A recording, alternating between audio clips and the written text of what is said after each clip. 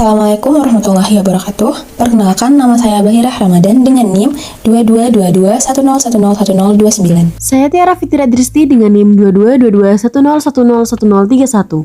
Di sini kita akan menjelaskan tentang materi gas ideal.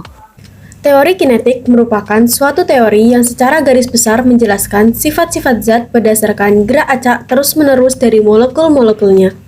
Gas yang kita pelajari adalah gas ideal, yaitu gas yang secara tepat memenuhi hukum-hukum gas. Dalam keadaan nyata, tidak ada gas yang termasuk gas ideal, tetapi gas-gas nyata pada tekanan rendah dan suhunya tidak dekat dengan titik cari gas cukup akurat memenuhi hukum-hukum gas ideal. Gas yang diperhitungkan dalam perhitungan teori kinetik gas adalah gas ideal, yaitu memiliki ciri-ciri sebagai berikut. Yang pertama, gas yang terdiri dari molekul-molekul yang sangat banyak dan jarak antar molekulnya jauh lebih besar daripada ukuran molekul tersebut. Yang kedua, molekul-molekul gas bergerak secara acak dengan kecepatan tetap dan memenuhi hukum gerak Newton. Dan yang ketiga, molekul-molekul gas mengalami tumbukan lenting sempurna satu sama lain dengan dinding wadahnya. Selanjutnya adalah persamaan umum gas ideal dengan rumus P dikali V sama dengan N kecil dikali R dikali T, atau P dikali V sama dengan N besar dikali K dikali T. Dengan keterangan P sama dengan tekanan gas, V sama dengan volume, N kecil sama dengan mol gas, R sama dengan tetapan umum gas ideal, K sama dengan tetapan Boltzmann, T sama dengan suhu mutlak, N besar sama dengan jumlah partikel gas. Lalu ada hukum gas ideal. Hukum yang pertama adalah hukum Boyle. Hukum Boyle dicetuskan oleh seorang ilmuwan asal Inggris, yaitu Robert Boyle. Adapun pernyataan hukum Boyle adalah jika suhu suatu gas dijaga konstan, maka tekanan gas akan berbanding terbalik dengan volumenya. Secara matematis dirumuskan sebagai berikut. PV sama dengan konstan. P1 dikali V1 sama dengan P2 dikali V2.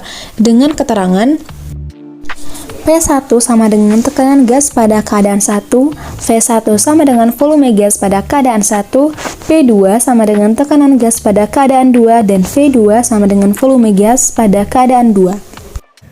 Yang kedua, hukum Charles. Hukum yang ditemukan oleh Jacques Charles ini menyatakan bahwa jika tekanan suatu gas dijaga konstan, maka volume gas akan sebanding dengan suhu mutlaknya. Secara matematis dirumuskan sebagai berikut.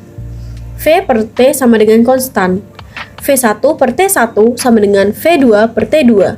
Dengan keterangan, T1 sama dengan suhu gas pada keadaan 1. V1 sama dengan volume gas pada keadaan 1. T2 sama dengan suhu gas pada keadaan 2. Dan V2 sama dengan volume gas pada keadaan 2.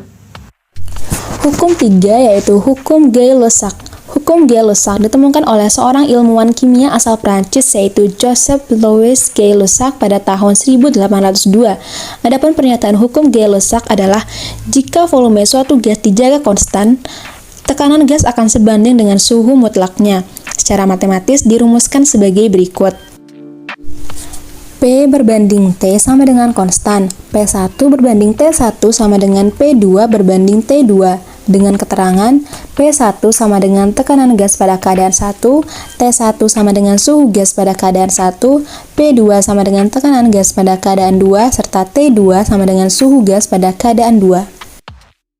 Lalu, seperti apa ya penerapan dari gas ideal? Penerapan gas ideal yaitu pada konsep gerakan piston dalam mesin.